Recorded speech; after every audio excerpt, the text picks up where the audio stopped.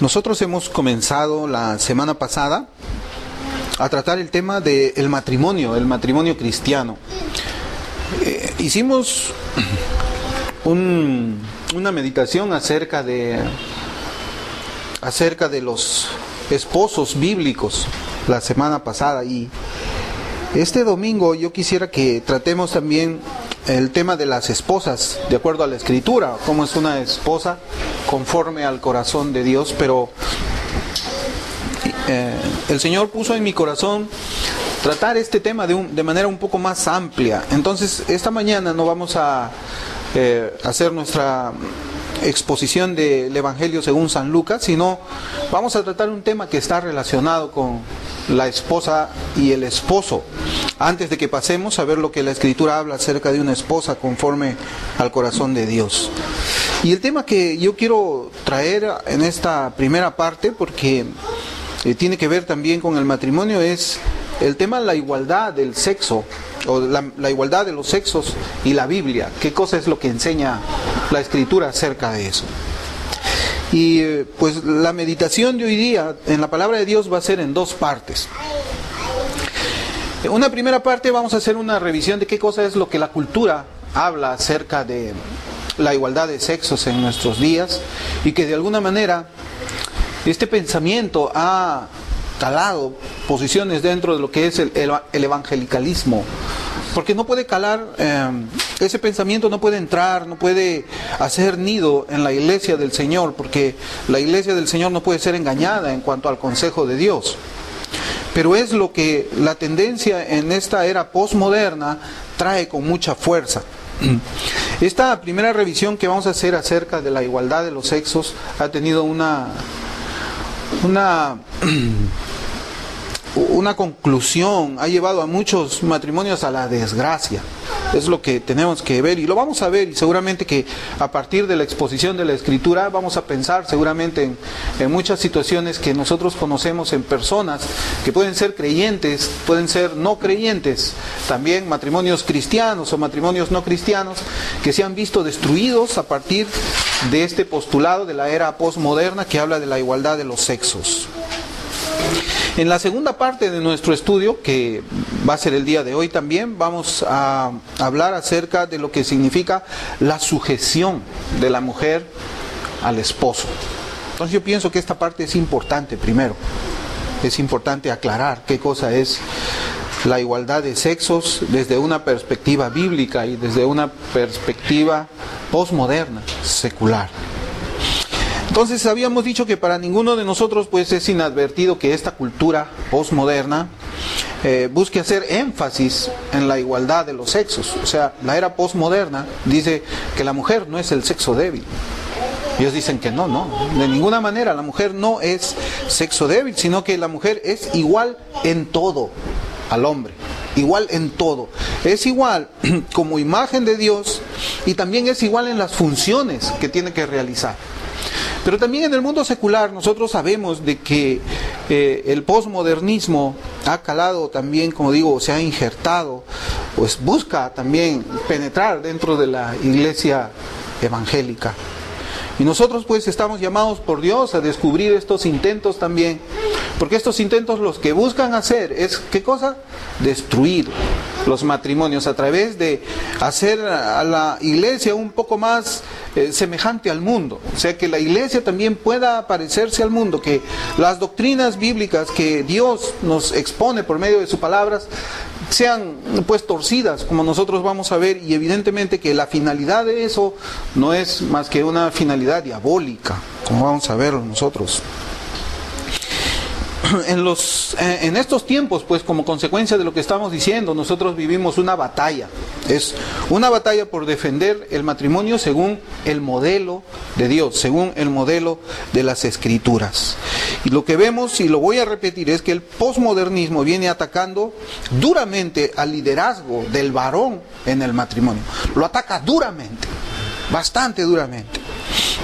Y nosotros vamos a ver de que existen pasajes bastante claros bastante, que no admiten hacer una exégesis o una investigación muy profunda para poder conocer cuál es la voluntad de Dios o el pensamiento, la intención del corazón de Dios cuando crea al hombre y a la mujer.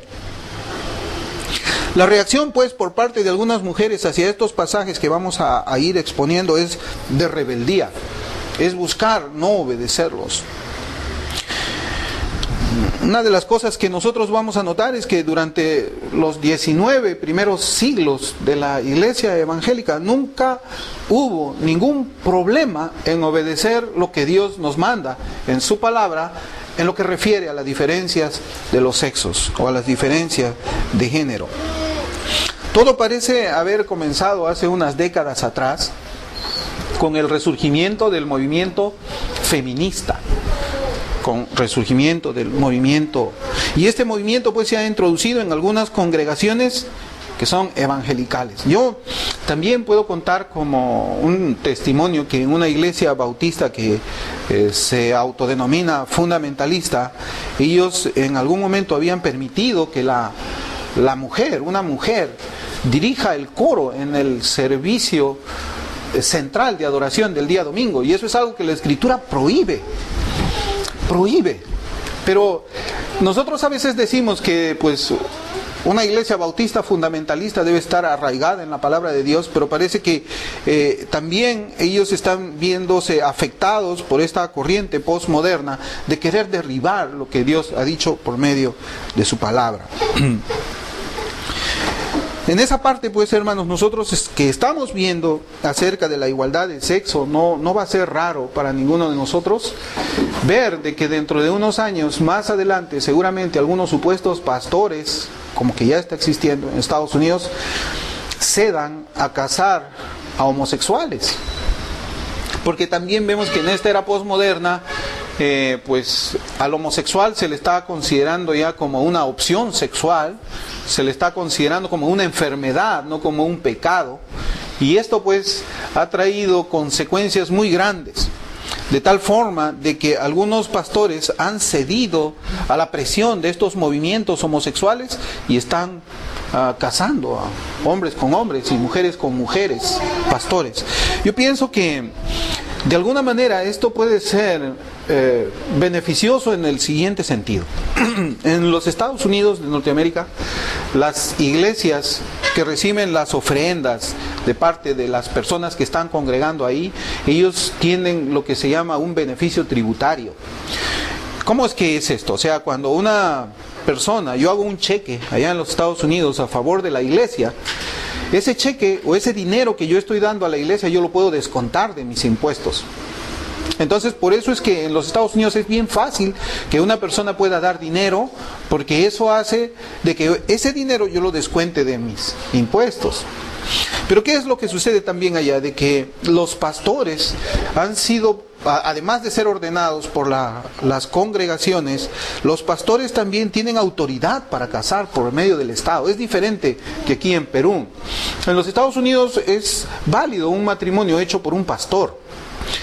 Tiene carácter de ley, es casado bajo la legislación. Entonces, como el pastor ha sido conferido o ha sido investido por el gobierno norteamericano para ejercer o para poder proclamar, ¿no?, o pronunciar marido y mujer a una persona con fines legales también, entonces el gobierno, en la medida que esté aceptando leyes que consideren que es válido el matrimonio entre homosexuales, el gobierno puede presionar a estas iglesias para que los pastores casen también a homosexuales. No sé si estamos entendiéndonos. Eso es lo que va a suceder allá. Y es bueno en el sentido en que si el gobierno norteamericano hace eso y un pastor hace objeciones o decide no casar a un homosexual, es posible que el gobierno a esa iglesia, a esa congregación, le retire los beneficios tributarios. Entonces va a llegar un momento en los Estados Unidos, esto ya hace más o menos 2 años comenzó, pero ahora se ve más pronunciado. Va a llegar un momento en que los pastores van a tener que ponerse a pensar: o nos mantenemos firmes en la palabra de Dios y no casamos homosexuales como dice la Biblia, aunque perdamos los beneficios tributarios, Y perder los beneficios tributarios va a significar que pues las personas ya no le van a dar su cheque porque no van a poder descontarlo de los impuestos. Y la otra posición es, bueno, está bien, que nos quite el gobierno el apoyo tributario. Nosotros nos vamos a sostenernos por fe en Cristo y su palabra, esperando de Cristo y sus promesas que Él provea para la iglesia, para el templo, para las necesidades. O pues simplemente vemos de que ahí va a haber una persecución en algún momento. Eso es una clase de persecución. Y quizás eso también debería existir aquí en el Perú, pero bueno, Dios por alguna razón que está en su sabiduría no sucede. Eso es lo que está saliendo. No creo que me haya salido un poco del tema. Lo que yo quería decir es de que el pensamiento, la cultura postmoderna está tratando de infiltrarse dentro de lo que es la práctica bíblica. Es eso. Nosotros pues ya dijimos que son claros los pasajes de la Biblia que afirman la voluntad divina en el matrimonio. Y vamos a ver unos cuantos. Si vamos a 1 Corintios, capítulo 11, versículo 3.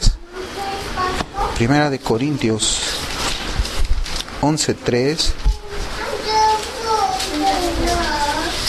La Escritura dice: pero quiero que sepáis que la cabeza de todo hombre es Cristo, y la cabeza de la mujer es el hombre, y la cabeza de Cristo es Dios. Este pasaje yo creo que no necesita mucho análisis, porque la analogía que está presentando la Escritura es perfectamente clara. Acá dice que la cabeza de la mujer es el hombre. También vamos a encontrar en la Escritura pasajes que hablan directamente o enseñan de una manera directa para el matrimonio. Vamos a ir a Génesis, el primer libro de la Escritura. Génesis capítulo 3, versículo 16. Yo estoy leyendo de la Biblia de las Américas.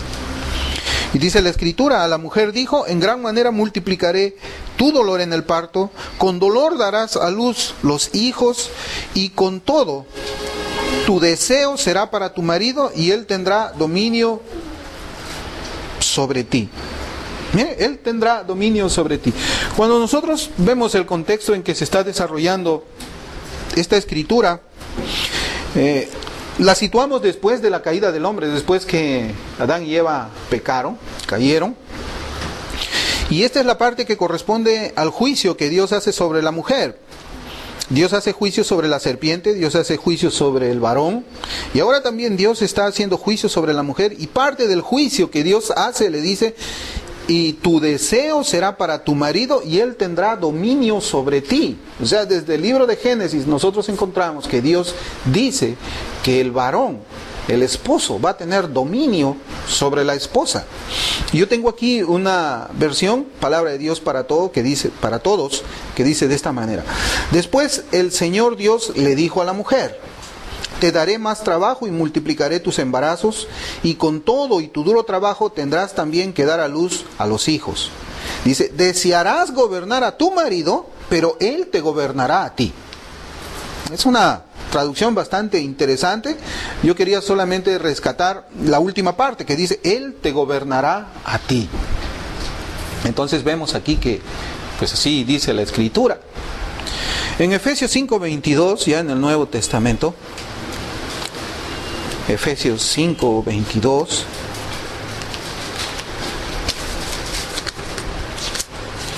nosotros vamos a leer la Escritura que dice, en Efesios 5:22 dice: las mujeres estén sometidas a sus propios maridos como al Señor. Las mujeres estén sometidas, estén sujetas a sus maridos como al Señor. En Colosenses 3:18 también la Escritura dice, Colosenses 3:18 dice la Escritura: mujeres, estad sujetas a vuestros maridos como conviene en el Señor. Las mujeres están sujetas a vuestros maridos como conviene en el Señor. En Tito capítulo 2 versículo 5 también dice la Escritura: a ser prudentes, O desde el 3 vamos a leer. Tito 2:3 en adelante hasta el 5 dice: asimismo, las ancianas deben ser reverentes en su conducta, no calumniadoras ni esclavas de mucho vino, que enseñen lo bueno, que enseñen a las jóvenes a que amen a sus maridos, a que amen a sus hijos, a ser prudentes, puras, hacendosas en el hogar, amables, sujetas a su marido, a sus maridos, para que la palabra de Dios no sea blasfemada. Vemos aquí otro pasaje, lo explica muy claramente, ¿no? El versículo 5 dice: a ser prudentes. ¿Cómo tienen que enseñar las ancianas? A otras mujeres más jóvenes, a ser prudentes, puras, hacendosas en el hogar, amables, sujetas a sus maridos. Así dice la Escritura, para que la palabra de Dios no sea blasfemada. Esas son las Escrituras que de manera directa hablan acerca de que el hombre es cabeza de la mujer, y también que hablan directamente acerca del matrimonio, quién es cabeza y quién es la persona que debe estar sujeta, y vemos que la Escritura dice claramente que la mujer debe estar sujeta a su marido. También vamos a ver unos pasajes relacionados con la función de la mujer en la iglesia. En Primera de Corintios, vamos a ver estos pasajes y luego vamos a comenzar a explicarlos. Primera de Corintios capítulo 14, versículo 34. Primera de Corintios 14, 34. Dice la Escritura: las mujeres guarden silencio en las iglesias, porque no les es permitido hablar. Antes bien, que se sujeten, como dice también la ley. En Primera de Timoteo, capítulo 2, versículos 11 y 12, dice: que la mujer aprenda calladamente con toda obediencia. Versículo 12: y no permito que la mujer enseñe, ni que ejerza autoridad sobre el hombre, sino que permanezca callada. Interesante este pasaje. Dice: yo no permito que la mujer enseñe, ni que ejerza autoridad sobre el hombre, sino que permanezca callada. Pero nosotros notamos, hermanos, y sabemos que existen mujeres que son rebeldes ante la evidencia clara de la Escritura. Yo no he interpretado nada, solamente he leído el mensaje que Dios pone en su palabra. Entonces, de estos pasajes nosotros podemos ver que es evidente la voluntad de Dios cuando establece que el marido es cabeza de la mujer. El marido es cabeza de la mujer debe estar sujeta al marido, y además que la mujer no puede predicar en la congregación. Son pasajes clarísimos. Nosotros hemos tenido la visita también de una hermana que dice que es pastora. Entonces ella sabía que pues nosotros, por la forma de doctrina que creemos, pues cuando leemos estos pasajes de la Escritura no necesitamos hacer mucha interpretación. Entonces ella citó un pasaje que vamos a citar ahora nosotros también: ya no hay varón ni mujer en Cristo, para poder sostener la validez de su pastorado dentro de una congregación. Solamente citó un pasaje de la Escritura, un pasaje que todavía debe ser sujeto a exégesis, un pasaje que debe ser interpretado dentro de lo que se llama la analogía de la fe. Porque si nosotros vamos a entender de que ya no hay varón ni mujer en Cristo Jesús, como bien dice ese pasaje en el libro de Gálatas, y por otro lado estamos leyendo Escritura que habla acerca de la diferencia de funciones de la mujer en el matrimonio y en la iglesia, entonces podríamos nosotros pensar que la Biblia es un libro que tiene contradicciones. Porque por un lado la Escritura está diciendo que la mujer debe sujetarse al marido. El marido es la cabeza de la mujer. Evidentemente está dando un orden ahí. Un orden como el de la Trinidad. La Trinidad también tiene un orden. Tiene el Padre, tiene el Hijo y tiene el Espíritu Santo. Nosotros no podemos hablar de la Trinidad diciendo, bueno, la Trinidad es el Hijo, el Padre y después el Espíritu Santo. No, hay un orden. Dios es un Dios de orden. Y esto no significa de que el Hijo sea inferior al Padre, porque la Escritura enseña que eso no es así, ni el Espíritu Santo sea inferior al Hijo.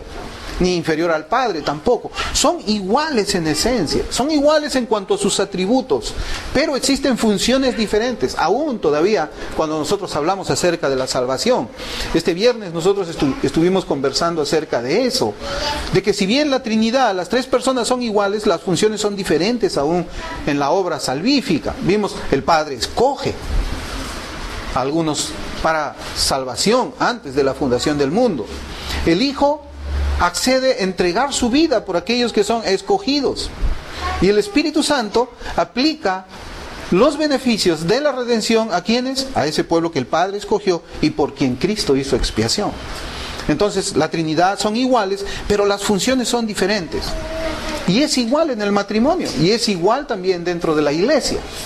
¿Esto está llevándose a cabo ahora? No, no se está llevando a cabo. Nosotros, ¿dónde observamos más esto? En las iglesias de corte pentecostal. Y las iglesias de corte pentecostal o corte carismático, pues nosotros tenemos que hacer una aclaración que estas recién nacieron en el año 1900. Que el pentecostalismo no tiene un poco más de 100 años, tendrá 110 años, 112 años, porque estamos en el 2012 y ellos comenzaron en el año 1900. Antes de eso no era así, no se veía mujeres predicando, nada de eso. Entonces el pentecostalismo también tenemos que decir, es una corriente denominacional que no tiene ningún teólogo. El pentecostalismo no tiene un libro de teología, no hay ningún pentecostal que haga un libro de teología, ninguno de ellos lo ha escrito. La forma como es que ellos interpretan la escritura y enseñan también a sus congregantes, en muchos casos es una forma que choca contra toda exégesis o las reglas de exégesis y hermenéutica, que esas dos ciencias se utilizan para la interpretación de la escritura. Eso es lo que sucede, es más, se ve ahí en esas iglesias de corte pentecostal. Pero ¿quién puede estar detrás de torcer el mandamiento de la escritura? ¿Quién puede estar detrás de eso? Es el diablo, hermanos. El diablo es el único que está detrás de una redefinición del concepto de las funciones dentro del matrimonio. El diablo es el único que dice, no debes ver el matrimonio como Dios lo ve. ¿Se acuerdan en el jardín del Edén? Cuando Eva le decía a la serpiente, el Señor Dios ha dicho que no debemos comer de ese árbol. ¿Cómo dice la serpiente? ¿Con qué eso te dijo Dios? ¿Con qué eso te dijo Dios? Comienza así ese pensamiento, y ese pensamiento también, cuando nosotros vemos el matrimonio a través de las Escrituras y decimos nosotros, Dios ha mandado esto para el matrimonio, la serpiente dice, ¿con qué eso ha dicho Dios? Eso ha dicho Dios. Entonces nosotros tenemos que reconocer primeramente, hermanos, de que el desviar la perspectiva bíblica del matrimonio a una situación diferente al de la Escritura no puede proceder de Dios. Es del diablo. Es del diablo.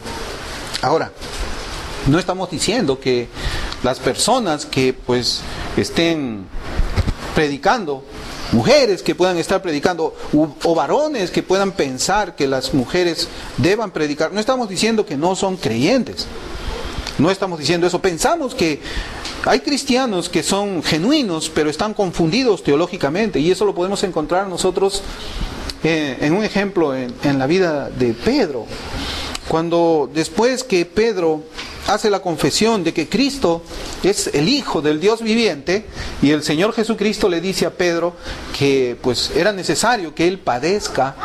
Pedro le dice, Señor, esto no te acontezca, y el Señor le dice, quítate de delante de mí, Satanás, le dice así, ¿no? Wow, es una expresión bien dura. ¿Qué cosa es lo que eso significa?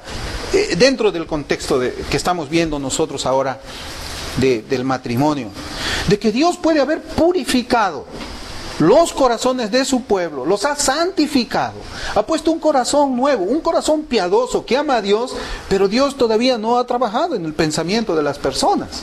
Y ese es el caso de Pedro. Pedro era salvo cuando dijo eso, pero él no había comprendido todo el consejo de Dios. Por eso es que nosotros podemos decirlo de esa manera. Hermanos, un matrimonio disfuncional. Siempre hemos escuchado un matrimonio disfuncional y lo hemos visto quizás. La disfuncionalidad de un matrimonio lo vemos, por ejemplo, cuando existe un divorcio, ¿no? O cuando la madre está haciéndose cargo como madre soltera, está haciéndose cargo de sus hijos, de ella misma. Un matrimonio disfuncional también, pues es muchas veces donde nosotros podemos ver que existe agresiones, ¿no? Agresiones físicas, agresiones verbales dentro de un matrimonio. Eso es un matrimonio disfuncional, es verdad. Pero nosotros ahora vamos a ver la disfuncionalidad del matrimonio bíblicamente hablando. Vamos a ver cómo es que bíblicamente hablando existe una disfuncionalidad en el matrimonio. Y esa disfuncionalidad desde el punto de vista que estamos viendo ahora, o sea, una disfuncionalidad en el sentido en que el hombre y la mujer tienen que los mismos derechos, los mismos deberes, las mismas obligaciones, en el cual la mujer es igual al hombre. Esa disfuncionalidad bíblica, ¿qué es lo que va a traer? Va a traer desgracia a nuestros hijos. ¿Por qué? Porque promueven confusión sobre el rol de la mujer y sobre el rol del varón dentro del matrimonio. Nuestros hijos van a estar viendo cómo es que nuestros matrimonios se llevan a cabo, cómo es que se realizan nuestros matrimonios. ¿No lo ven nuestros hijos? Sí. ¿Qué va a pensar un hijo que ve que pues el padre, por ejemplo, es el que se queda en la casa a atender a los niños, a hacer la limpieza? La madre sale a trabajar y a proveer el pan para la casa. ¿Cómo creen ustedes que eso puede afectar a la mente de unos pequeñitos que tienen 2 años, 4 años, 8 años, 10 años? Invertidos los papeles bíblicamente, ¿cómo pensarán? Pues ellos van a estar creciendo creyendo que esa es la forma como Dios ha establecido los papeles del matrimonio para un hombre y para una mujer. Eso va a ser innegable. Así como nosotros a veces no rechazamos y decimos, no está bien que, por ejemplo, una pareja de un matrimonio homosexual adopte un niño. ¿Por qué decimos que eso está mal? Porque verdaderamente los niños que sean adoptados por un hombre y otro hombre que están en matrimonio, ¿cómo van a crecer? Van a crecer totalmente desorientados en cuanto a su sexualidad, ¿verdad? O una mujer y otra mujer que están casados y adoptan niños, como eso lo estamos leyendo nosotros en las noticias. Esos niños van a crecer también, pues, con sus mentes totalmente distorsionadas acerca de lo que es un verdadero matrimonio y lo que es su propia sexualidad. Igual, hermanos, cuando nosotros encontramos que se han casado varón y mujer, pero el varón no cumple con su papel como esposo según las Escrituras, y la mujer tampoco lo hace, esos niños van a crecer también equivocados. Eso también es una disfuncionalidad en el hogar. También lo es.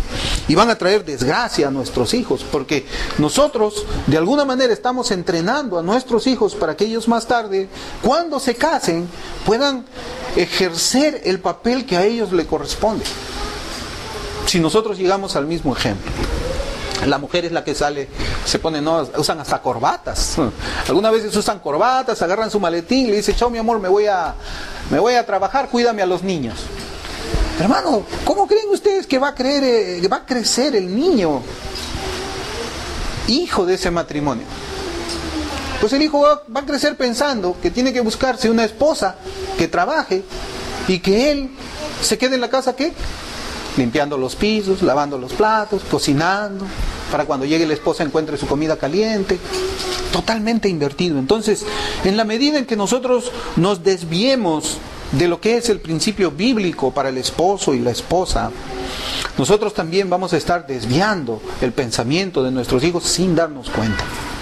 Nosotros muchas veces, y eso lo vamos a hablar también cuando nos toque hablar de los padres, nosotros muchas veces de manera intelectual rechazamos lo que es la psicología. Rechazamos. Por ejemplo, nosotros decimos, no, la psicología, por ejemplo, dice que no se debe castigar a los hijos. ¿Verdad? Así dice, ¿no? Porque en el castigo nosotros estamos afectando el autoestima del niño. No, rechazamos eso. Ahora la pregunta es, ¿nosotros aplicamos disciplina a nuestros hijos? Bueno, si no lo hacemos, de hecho, entonces estamos aceptando lo que la psicología dice de una manera indirecta. Es igual, la psicología también piensa de que la mujer tiene el mismo papel que el varón. Entonces yo puedo intelectualmente rechazar esa idea, decir, no, rechazo esa idea en absoluto. Pero ¿qué pasa? De que en la realidad de la vida de mi hogar, mi mujer es la cabeza y yo soy el que me sujeto. Entonces no solamente se trata de rechazar aquello que es intelectual o que se opone a las escrituras, sino que nosotros debemos ser obedientes a la escritura. Entonces, en el mundo evangelical, hermanos, hay dos corrientes respecto a este tema. Está la posición complementaria y está la posición igualitaria. El igualitarianismo se llama, algo así en inglés. No creo que lo encuentre en español, pero en inglés sí está eso. ¿Qué es lo que postula la posición complementaria? Postula lo siguiente. Esta posición dice que Dios creó al hombre y a la mujer a su semejanza, y ellos son iguales, tienen la misma dignidad, tienen el mismo valor. No existe superioridad o inferioridad en ninguno, pero existe la diferencia de funciones en el matrimonio y en la iglesia. Eso es lo que postula el complementarismo, se llama así. O sea, son iguales, ¿verdad? Tienen el mismo valor. Pero en cuanto a las funciones en el matrimonio, ahí hay una diferencia. Y en cuanto a las funciones en la iglesia, también hay una diferencia. La posición igualitaria. Ellos dicen, o coinciden en la primera parte del enunciado, lo que postula el complementarismo. Ellos dicen, Dios creó al hombre y a la mujer a su semejanza. Ellos son iguales, tienen el mismo valor, tienen la misma dignidad, no existe superioridad o inferioridad de ninguno, y que además no hay diferencia de sexo para servir al Señor. No hay diferencia de sexo dentro del matrimonio. Eso es el igualitarianismo. Se da cuenta que es diferente, hay una diferencia ahí. La diferencia está en el punto que corresponde a la función de la mujer dentro del matrimonio y dentro de la iglesia. Nosotros ya hemos visto los pasajes al principio, que la palabra de Dios habla claramente que existe una desigualdad en funciones, no en la imagen que hemos sido creados el hombre y la mujer a la imagen de Dios. La primera vez que se utilizó esta palabra, igualitarianismo cristiano, así se llama, así le han llamado, fue en un artículo en la revista Teología Hoy. Y como les digo, hermanos, esto es hace unas décadas atrás nada más, no tiene mucho tiempo. Y la primera organización que también postula o aprueba el igualitarianismo, que se llama Hombres, Mujeres y Dios, fue establecida en el Reino Unido en el año, ¿cuándo creen ustedes? En el año 1984. 1984, no tiene mucho tiempo. Y la segunda organización, que se llama Cristianos por la Igualdad Bíblica, se fundó también en ese mismo año. Entonces, a partir de 1984, ya la iglesia se fue influenciada por el modernismo, el posmodernismo, y ha venido pues destruir lo que Dios ha establecido para el modelo del marido y la mujer dentro del matrimonio y aún dentro de las funciones de la iglesia. El igualitarianismo pues promueve la igualdad de género y ha calado raíces en el área de la política, en el orden económico, en los derechos civiles y ahora también en la religión. Por eso les decía de que existe pues una batalla bastante fuerte acerca de la defensa de lo que la Escritura habla. ¿Por qué? Porque esto, hermanos, de alguna manera destruye matrimonios, destruye los matrimonios y distorsiona la visión de Dios acerca del matrimonio. Un ejemplo, hermanos, de inconsistencia bíblica la encontramos en la afirmación del teólogo Paul Genet, que él dice así: Pablo aboga por la igualdad sexual en Gálatas 3:28 y también la no igualdad en 1 Corintios 11:3. Yo no entiendo. Yo leo esto y ¿sabe qué, hermanos? No puedo evitar reírme. Porque esta afirmación hace que la Biblia se contradiga con ella misma. O sea, por un lado Pablo habla de la igualdad sexual y por otro lado está diciendo que no existe igualdad sexual. Pero la palabra de Dios es perfecta, no puede tener contradicciones.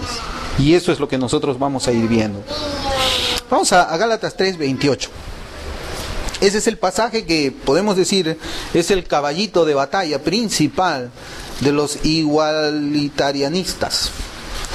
En Gálatas capítulo 3, versículo 28. Dice la Escritura: no hay judío ni griego, no hay esclavo ni libre, no hay hombre ni mujer, porque todos sois uno en Cristo Jesús. Todos sois uno en Cristo Jesús. Este es el pasaje que se utiliza para sustentar de que la mujer puede predicar al varón, puede predicar en una congregación. En el contexto, hermanos, y yo creo que el grave problema a veces es que nosotros hemos llegado a pensar de que cuando Pablo, por ejemplo, escribe esta epístola a los Gálatas, él estaba a la persona a quien estaba redactándola, Pablo estaba dictando: a ver, te voy a redactar el capítulo 2 ahora. Escribe versículo 1. Entonces comienza a escribir versículo 1. Luego Pablo hace una pausa y dice: ahora te voy a dictar el versículo 2. Y luego el versículo 3, luego así. Así no fue la forma como se redactó ninguna carta, ningún libro de la Escritura. Esta forma de organización de la Escritura en capítulos y en versículos tiene también unos pocos siglos nada más. No ha sido así en el principio.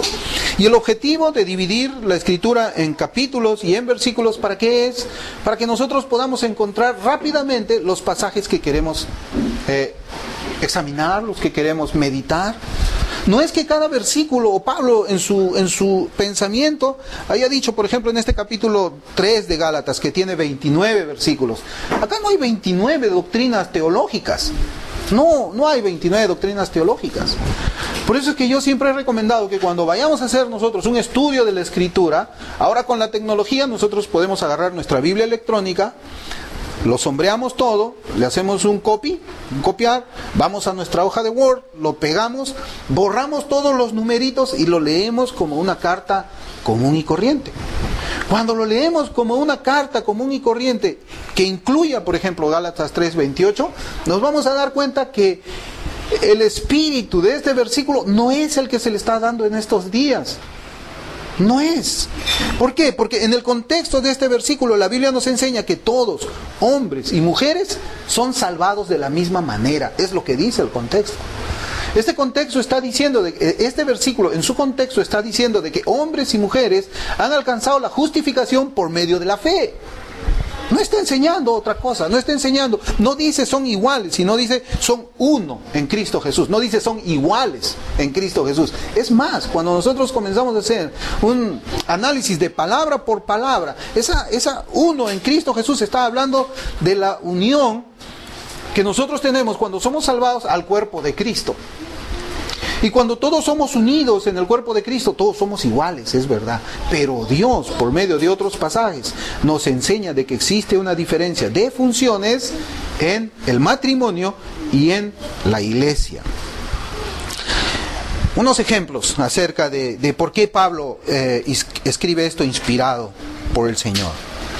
Bajo la ley de Moisés, solamente se practicaba la circuncisión ¿a quiénes? ¿Alguien ha escuchado que se le circuncide a una mujer en el Antiguo Testamento? No se puede, ¿no? ¿Quiénes eran los únicos que fueron circuncidados en el Antiguo Pacto? Los hombres. Los varones fueron los únicos. Los bautismos que se practicaban en el Antiguo Pacto. Se bautizaban mujeres. Si nosotros hacemos un análisis, un estudio de las prácticas judías en el tiempo del Señor Jesucristo, en el tiempo de los fariseos, en el tiempo del Antiguo Testamento, nos vamos a dar cuenta que las mujeres no eran bautizadas, solamente los varones eran bautizados. Pero ahora, ¿qué es lo que nosotros encontramos en Cristo? De que la mujer participa del bautismo. La mujer es bautizada también, así como el hombre es bautizado. También encontramos de que las mujeres pueden participar de la cena del Señor. Nosotros tenemos cena del Señor y participan nuestras hermanas que han sido bautizadas.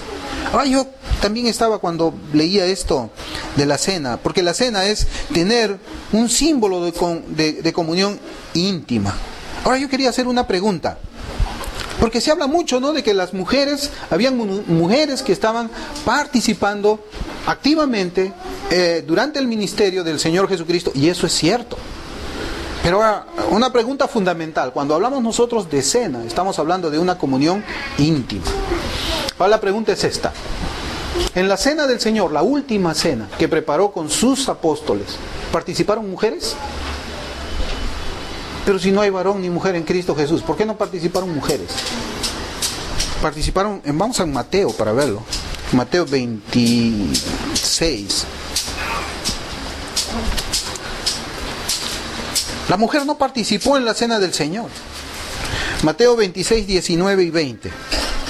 Aquí el Señor, en los versículos anteriores, el Señor está dando instrucciones a sus discípulos para celebrar la Pascua. Versículo 19. Entonces los discípulos hicieron como Jesús les había mandado y prepararon la Pascua. Versículo 20. Al atardecer estaba él sentado a la mesa. ¿Con quiénes? Con los 12 discípulos. Y ahora cuando nosotros practicamos la ordenanza de la Santa Cena, ¿participan mujeres? Sí, participan mujeres. Y nosotros cuando leemos el capítulo 11 de Primera de Corintios, que es el que es pertinente a la cena del Señor, cuando el Señor dice, ¿no?, que partió el pan y les dio a sus discípulos: tomad y comed, este es mi cuerpo que por vosotros es partido. Igual dice, tomó la copa y dijo, esta es la copa del nuevo pacto. Esos versículos nosotros los tomamos precisamente para la celebración de la ordenanza de la Santa Cena, igual que la cena que tuvo el Señor con sus apóstoles. Pero ahora participan mujeres, y en ese tiempo no participaban mujeres. Entonces, cuando nosotros encontramos Gálatas 3:28, no estamos encontrando de que la palabra de Dios esté diciendo de que la mujer y el hombre son iguales en funciones en el matrimonio y en la iglesia. Y vamos a ver ahora también otros pasajes, ¿ya? Vamos a ver otros pasajes. Vamos a Génesis 2:18, por favor. Vamos a tener que ir un poquito rapidito porque esa es la primera parte. Génesis 2:18.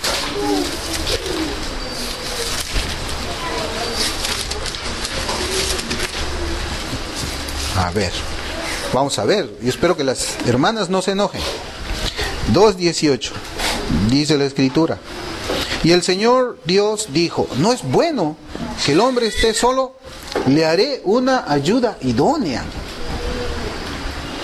Miren cómo dice la Escritura en castellano. La versión castellana dice así: dijo Yahvé Dios, no es bueno que el hombre esté solo, voy a hacerle una ayuda adecuada a él. La versión Dios habla hoy lo ha traducido este pasaje de la siguiente manera: luego Dios el Señor dijo, no es bueno que el hombre esté solo, le voy a hacer a alguien que sea una ayuda adecuada para él. Estas interpretaciones o estas traducciones son válidas. Y de este versículo nada más, hermanos, de Génesis 2:18, se desprenden tres principios. Tres principios claritos están ahí. Miren, primero, de que la mujer proviene del varón. La mujer proviene del varón. Segundo principio: la mujer fue creada para el hombre, porque dice la Escritura, y el Señor Dios dijo, no es bueno que el hombre esté solo, le haré una ayuda idónea para él. Entonces, la mujer fue creada para el hombre. Tercer principio: la mujer fue creada después del hombre. No hay igualdad. Cuando hablamos de que la mujer fue creada después del hombre, nosotros quizás debemos de tener en nuestra mente lo que significaba la primogenitura en el Antiguo Testamento. ¿Se acuerdan lo que Dios mandaba acerca de los primogénitos? Los que nacían primero, ellos eran los que tenían todos el derecho. Era la primogenitura. Entonces nosotros podemos ver también este pasaje cuando mencionamos que la mujer fue creada después del hombre, que en cierta forma el hombre tenía la primogenitura, tenía mayores derechos, así también mayores responsabilidades. Y este pasaje no solamente se queda solo dentro de la Escritura, sino Dios en su sabiduría también en el Nuevo Testamento, en el libro de Primera de Corintios 11, si abrimos ahí nuestra Escritura, Primera de Corintios 11, versículos 8 y 9. Dice, para reafirmar la interpretación que nosotros estamos haciendo, que es concordante también con el Nuevo Testamento, 1 Corintios 11, 8 y 9, dice, porque el hombre no procede de la mujer. Por eso dijimos al principio, la mujer proviene del hombre o procede del hombre. Sino la mujer del hombre, pues en verdad el hombre no fue creado a causa de la mujer, sino la mujer fue creada a causa del hombre. ¿Se dan cuenta cómo esos tres principios nosotros encontramos que son nuevamente consolidados por la misma palabra de Dios en el Nuevo Testamento? Nosotros entendemos, hermano, por este pasaje de Génesis que hemos visto, 2:18, y este de Primera de Corintios, que la mujer es ayuda. La mujer es una ayuda para el hombre. Y la palabra hebrea traducida como ayuda no significa en ninguna forma que sean iguales. En ninguna forma. En ninguna forma. En la caída, hermanos, vamos a ir también a Génesis y otros pasajes de la Escritura. En la caída, Dios ve al hombre como cabeza y como tal, Él es el responsable por las acciones de su esposa. Comencemos preguntando, ¿quién pecó primero, Adán o Eva? ¿Quién pecó primero? Eva. Eva pecó primero. Vamos a ir a Génesis 3:6. Vamos a ver cómo es que fue desde el principio. Génesis 3:6. Dice la Escritura: cuando la mujer vio que el árbol era bueno para comer, y que era agradable a los ojos, y que el árbol era deseable para alcanzar sabiduría, tomó de su fruto y comió. ¿De quién está hablando? De Eva. Y dice, y dio también a su marido que estaba con ella, y él comió. O sea, la mujer pecó primero. Las Escrituras lo dicen claramente que ella pecó primero. Ahora vamos a hacernos más preguntas. Dice la Biblia que en Eva todos murieron. Pero si ella fue la primera que pecó, ¿por qué no dice la Escritura? En Eva toda la humanidad murió. Bueno, bajo un concepto humano nosotros podríamos pensar, pues es cierto, hermano, debería decir así la Escritura. Eva fue la que pecó. Entonces en Eva todos murieron. Pero la Escritura no dice así, hermanos. 1 Corintios 15:22. En 1 Corintios 15:22 dice la palabra de Dios así: porque así como en Adán todos mueren, también en Cristo todos serán vivificados. No dice en Eva. A Eva no la considera la Biblia. El pecado de Eva no lo considera, a pesar que ella fue primero la que pecó. En Adán todos morimos. En Adán todos morimos. ¿Por la transgresión de quién? Toda la humanidad muere. ¿Por la transgresión de Eva, que pecó primero? No. En Romanos 5:12, ese pasaje también lo hemos visto bastantes veces. En Romanos 5:12 dice la Escritura: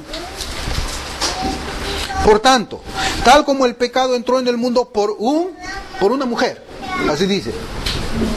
No, por un hombre. Por tanto, tal como el pecado entró en el mundo por un hombre, y la muerte por el pecado, así también la muerte se extendió a todos los hombres, porque todos pecaron. Cuando dice todos los hombres, está hablando de hombres y mujeres. Pero acá dice, y es increíble, ¿no? Nosotros también usamos así en nuestra propia manera de hablar. Por ejemplo, cuando decimos, estaban todos reunidos en la iglesia. Todos es masculino. A pesar que dentro de la iglesia hay hombres y mujeres, nosotros usamos la forma de las palabras de esa manera, ¿no? Todos estaban en la iglesia. ¿Por qué no decimos todas estaban en la iglesia? Así también la Escritura habla más en palabras masculinas, ¿no? Palabras masculinas. Y en el 5:19 también dice, porque en Romanos, porque así como la desobediencia de un hombre, no dice la desobediencia de una mujer. Es evidente, hermano, ¿qué cosa es lo que vemos aquí que es evidente? Es evidente que la cabeza, quien también fue responsable ante la humanidad, no fue Eva, sino fue Adán. Dios consideró a Adán el responsable de todo lo que estaba sucediendo con su esposa. Entonces Dios no los considera ni siquiera iguales. Dios no considera el pecado de Eva como la causa para que la humanidad sea caída, sino el pecado del hombre. El pecado del hombre. También vamos a ver, luego de la caída, ¿a quién le pide cuentas Dios?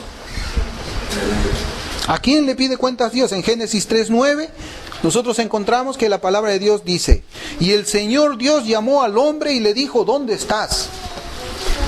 No la llamó a Eva. Y ese es un principio, ese es el principio para Dios. El hombre es la cabeza. Por eso Dios le exige respuestas, le exige responsabilidad del hombre a la cabeza, al marido, no a la mujer.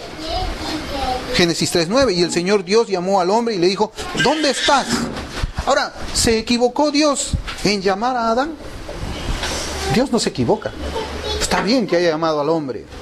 ¿Por qué lo llama al hombre y no a la mujer? La respuesta, hermanos, es que Dios considera al marido como responsable, como cabeza en el matrimonio. Así es simple. Entonces, la igualdad de sexos dentro del matrimonio cristiano y dentro de las funciones de la iglesia, lo que ha traído es destrucción de hogares, hermano. Nosotros conocemos, lamentablemente, un matrimonio que decía que era cristiano, y hemos visto, hermano, cómo ha sido destruido por la insensatez de la mujer de querer ser ella misma igualada con el varón en cuanto a sus funciones. Un matrimonio que no ha durado ni un año, hermanos. Ni un año ha durado ese matrimonio. Por la insensatez de la mujer de querer destruir el modelo que Dios había puesto para lo que es el matrimonio. La igualdad de sexo, hermanos, destruye la familia. La igualdad de sexos en el hogar, en el matrimonio, entre el hombre y la mujer, hace que nuestros hijos crezcan y crean en un rol de la mujer y del varón distinto al que Dios ha puesto para el matrimonio. Eso es lo que trae, hermanos, la igualdad de sexo. Y para nosotros ha sido doloroso ver esa destrucción del matrimonio en menos de un año. Por la necedad, hermano. Esa es la palabra de la mujer. La necedad de la mujer. Querer ser igual al varón. Decir, no, el marido toma también las decisiones, yo también las voy a tomar.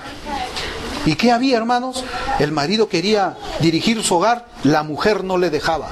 Porque la mujer también quería dirigir su hogar. ¿Ustedes pueden creer eso, hermanos?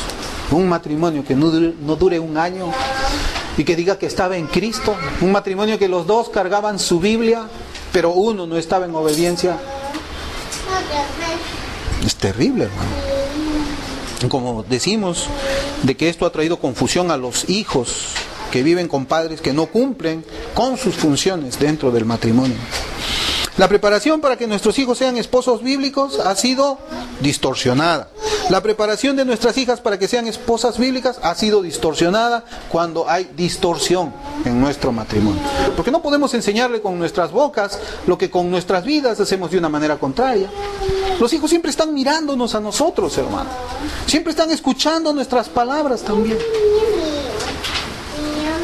Y nosotros podemos decir, hijo, ¿sabes qué? La función del esposo de la Biblia es sostener su hogar, mantener, proveer económicamente, proveer amor, proveer cuidado. Pero si el hijo ve que la esposa es la que sale a trabajar y el esposo se queda en casa cuidando a los niños, ¿tiene algún valor esa palabra? Por eso es que la Biblia dice de que no son justificados los oidores, sino los hacedores. ¿Por qué? Porque ser hacedor de la palabra tiene más impacto en la vida de una persona que ser un oidor. Nosotros podemos tener las doctrinas bíblicas correctas en nuestra mente, podemos nosotros también predicarlas de una manera sistemática, de una manera verídica, de una manera expositiva.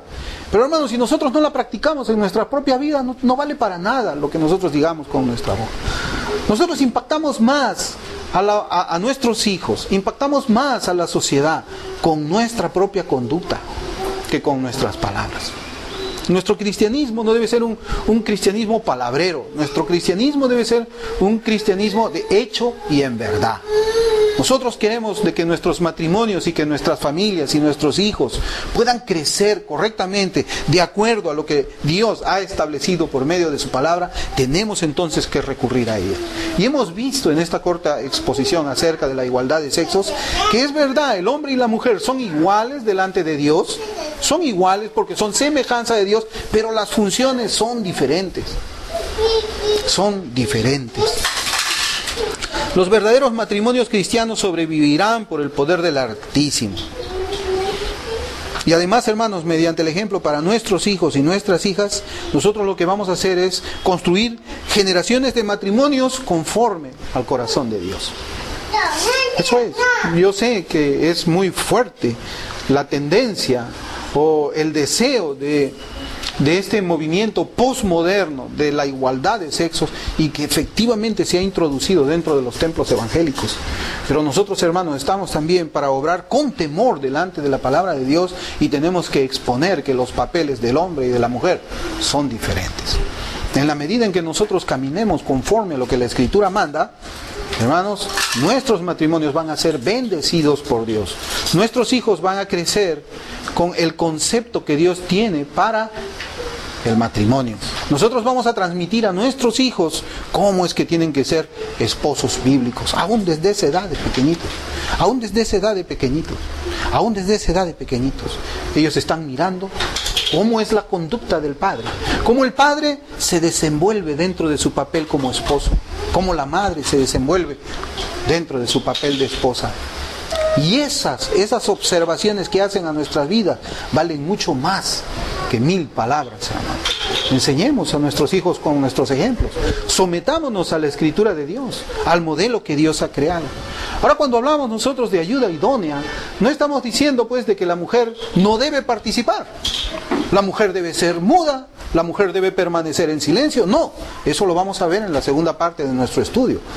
En esta primera parte lo que he querido exponer es lo que está sucediendo en la sociedad en nuestros días y cuál es la consecuencia de que nosotros nos salgamos del movimiento, del papel que Dios ha asignado al hombre y a la mujer. Vamos a orar. Dios Santo, gracias te damos por tu palabra, Señor bendito. Sabemos que en ella tú nos hablas con verdad, Padre. Nosotros debemos discernir todo lo que sucede, Señor, afuera y dentro de los templos, según lo que tú has hablado por medio de ella. Dios bendito, ayúdanos a nosotros a contender, Señor, ardientemente por la fe, porque sabemos, Padre, de que se han infiltrado aún en nuestros días el pensamiento impío, el pensamiento del diablo, que dice, Señor, que los hombres y las mujeres tenemos igualdad de sexo, Señor, igualdad de género, y aún en las funciones dentro del hogar y en las funciones dentro de la iglesia. Señor, que tu palabra hable por sí sola y que tu Santo Espíritu pueda conducirnos a toda verdad por medio de ella. Gracias te damos en el nombre de Jesús. Amén.